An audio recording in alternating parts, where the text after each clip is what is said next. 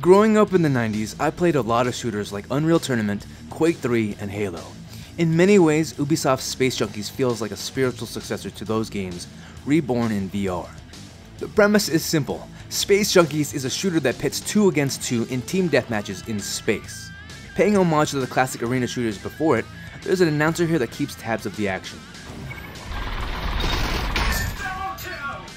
Further keeping it old school, you don't automatically regenerate life here. Instead, you have to pick up health packs and armor scattered throughout the levels. It's just team deathmatch in its truest, most unadulterated form. With battle royale and capture point shooters being all the rage right now, that might sound a bit outdated. But in VR, it feels refreshingly new again. Using a joystick or trackpad, you can zip through levels and press a button to engage in a temporary boost. Like Ready at Dawn Echo games before it, Space Junkies does a great job making you feel like you're floating in space. The game features different class types that trade off between speed and health. From there, you can choose from secondary abilities that include a regenerating shield, a device that scans nearby enemies, a lightsaber for when you run out of ammo, and more. Matches will start you out with a random gun, to which there are many. There's a pistol, chain gun, machine gun, sniper rifle, rocket launcher, and more. All of these guns feel and handle distinctly. They're not balanced at all, but like Quake, Halo, and other games, they're not supposed to be. Being able to kill someone who's using a machine gun while you're rocking a pea shooter will feel like quite the accomplishment. Ubisoft did a good job designing the guns for VR. The ammo counts are always on each gun, and many of them feature unique sights. To use the heat seeker, for instance, you'll need to hold your controller up like you would a rocket launcher. And when you pull out your lightsaber from your back, your primary firearm will be attached to your hip via floating rope. It makes sense within VR and feels really good. Thankfully, Space Junkies features a ton of depth. You can choose to play more conservative and wield a gun in your right hand and a shield in your left. Or you could ditch the shield and dual wield machine guns.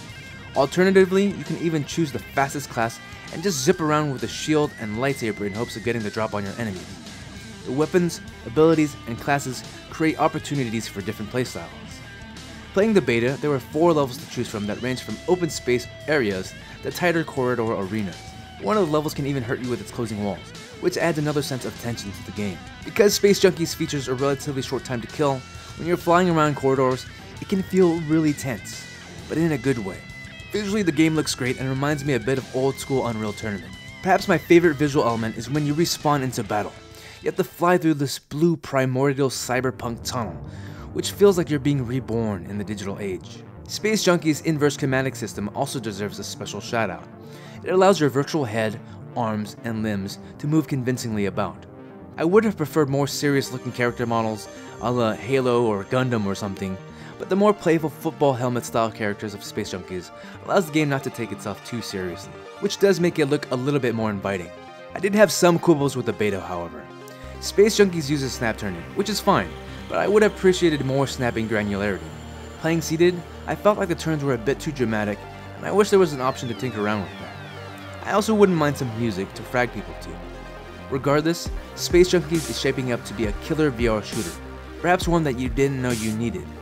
It features a ton of depth, feels old school, but refreshingly so in VR.